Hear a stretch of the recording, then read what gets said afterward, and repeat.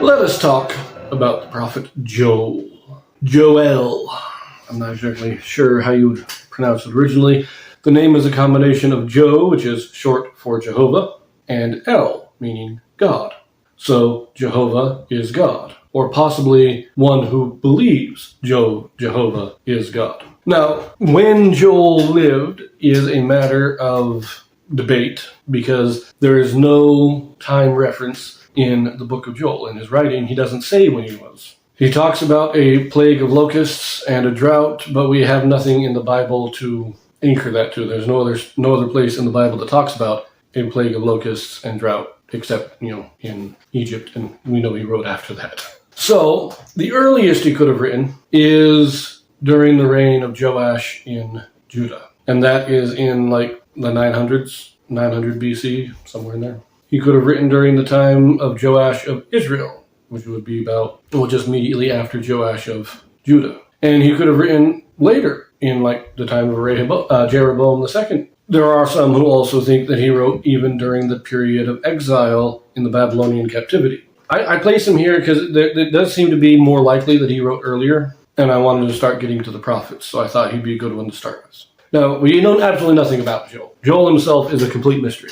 He introduces himself as the son of Pethuel, but there is no other mention of Joel in the Bible whatsoever. I don't even think there's another mention of Pethuel in the Bible, and definitely not in combination as Joel, the son of Pethuel. So we don't know who this guy was. He does appear to have been born in Judah, in the southern kingdom of Judah, although his prophecy seems to indicate that he may have prophesied in the northern kingdom of Israel, but even that's not quite settled. We don't really know exactly, was he prophesying in Judah or Israel. Now, I do find it interesting that on the northeastern end of the Sea of Galilee, which would be in the northern kingdom of Israel, even today, there is a kind of shrine set up thought to be the burial tomb of the prophet Joel. We have a legend about where he was buried, but we have nothing. We have no clue who this guy really was. We don't know anything about him.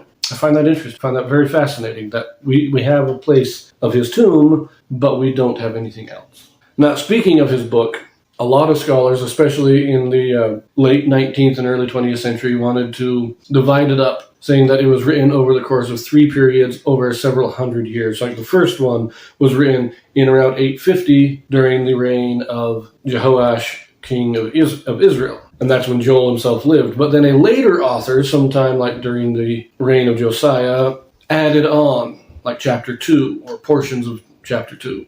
And then after the Babylonian captivity and they returned from exile, then a third author added on the last little bit. That's the theory. I reject it. As I said, these ideas, I don't know if they're right, but I doubt it. I think that these books were written by one person. If there were multiple authors, the way these theories go, if there were multiple authors, it actually it destroys the credibility of the Bible as revealed scripture, in my opinion. It just makes it takes away the prophetic gift of these men, because it's all based on this idea that, he's writing about things that happened later than he would have lived, so it has to be somebody else writing it on. Or it has to be, in particular with Joel, the idea is, he wrote his first prophecy, and then all the apocalyptic, all the judgments of God had to have been added later, because in this early period when Joel was writing, that wasn't part of the religion. The judgments of God weren't part of the Israelite religion until after the destruction of the northern kingdom.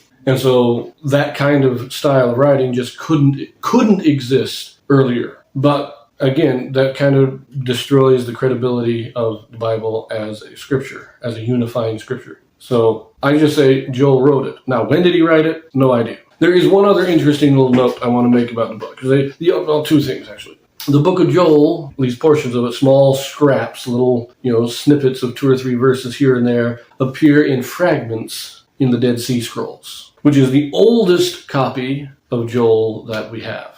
It's not a complete book. It amounts to, I believe, something like a quarter of the verses of Joel appear in just fragments, little shreds of scrolls among the Dead Sea Scrolls. Other than that, the earliest writings, we can get it either in the Hebrew, which is the original language, but the oldest Hebrew version is from the 800s, so 1,000 years after the Dead Sea Scrolls.